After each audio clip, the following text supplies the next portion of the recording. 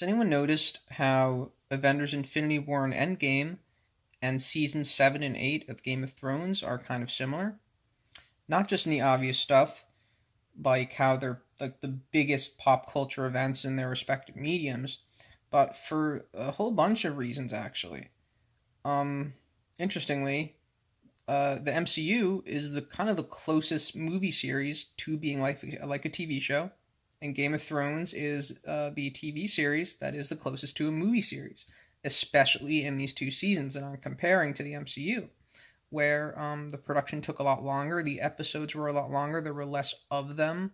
The production of it was really probably more like making several movies than it was something that you could be even considered to be like a TV episode. Um, and both of these productions for the two Avengers movies being produced at the same time took longer than average, and the Game of Thrones took longer than average as well. So that's both unprecedented.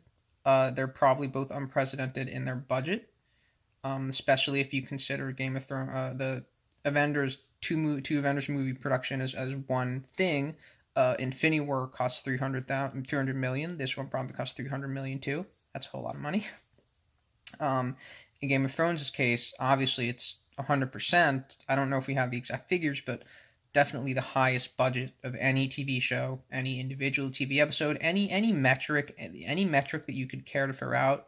Biggest battle scene, whatever. Most paid actors probably has that one too. But unprecedented in those respects. Both series known for having an inordinately large cast of characters who we follow over very long periods of time. How the MCU and how Game of Thrones do that is generally different, but I'm going to get to that a little bit later. Infinity War, when it came out, was compared to a TV series season finale, where you wouldn't get it if you hadn't watched the past entries. And that is considered really the most unique thing about Infinity War, is that sense of just you're in this, only people who have seen the other MCU movies can fully understand it.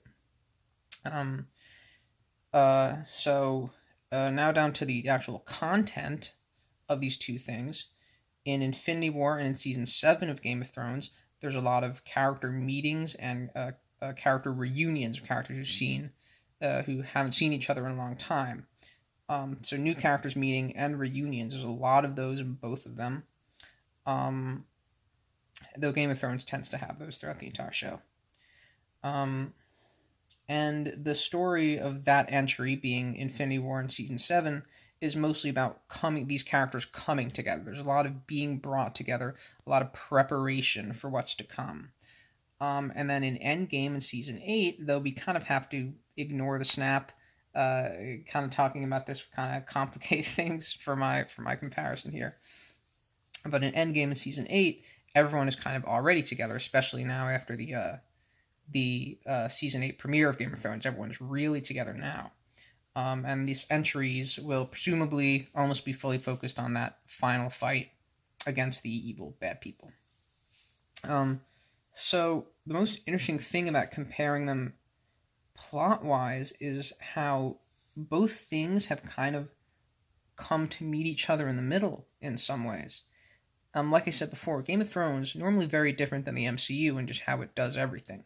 Super slow, really lets its characters breathe. Often gets into the minutiae of their lives and the politics.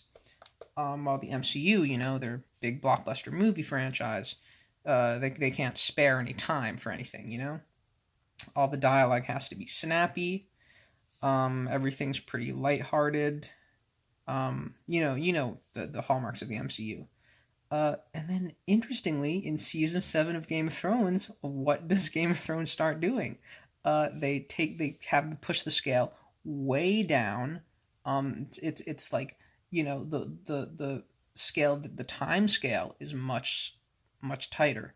We're talking like weeks just going away like that. We just ignore them, which never would have happened in earlier seasons.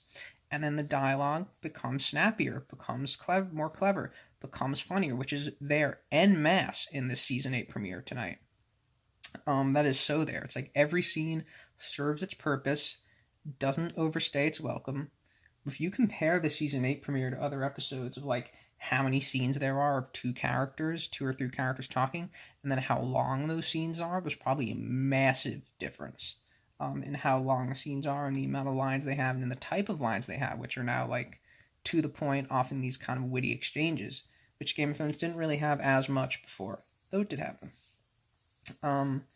So Game of Thrones starts out dark and slow, becomes now more like the MCU in these final two seasons, while in Infinity War the MCU becomes much darker, has a lot of deaths, many of them very unexpected. I'm sure a lot of people would have described the snap as some kind of red wedding of the MCU. I could probably Google that and find a bunch of people making that comparison. So I kind of think that's all I have to say, but it's just interesting to compare because the word I was using a lot earlier was unprecedented, and that's what these two things are. Infinity War and Endgame as a whole, Season 7 and 8 of Game of Thrones as a whole. Season 8 more so than Season 7, but still, Season 7 was similarly a very unique production, and was different than the other seasons of Game of Thrones, which is why people didn't like it. So that's just... It's really interesting that we're having these two things happening at the same time, you know? I mean, Avengers comes out on April 26th. The Game of Thrones season finale is going to air on May 19th, within 1 month.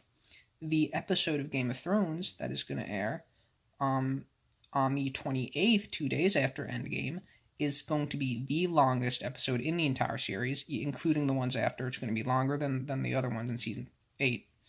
And it'll probably have some huge freaking battle scene. It'll probably have something, you know, that we've never seen before.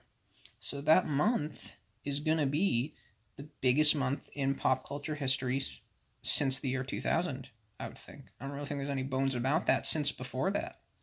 I don't really know what would compare to having something this big happening in music. Sorry. In movies. It's 3:15 a.m. and I'm kind of sick right now. And having something this big happening in TV. That's amazing. So I'm glad to be experiencing both of these things. There you go. Let me know what you think of that ramble in the comments. Thanks for watching.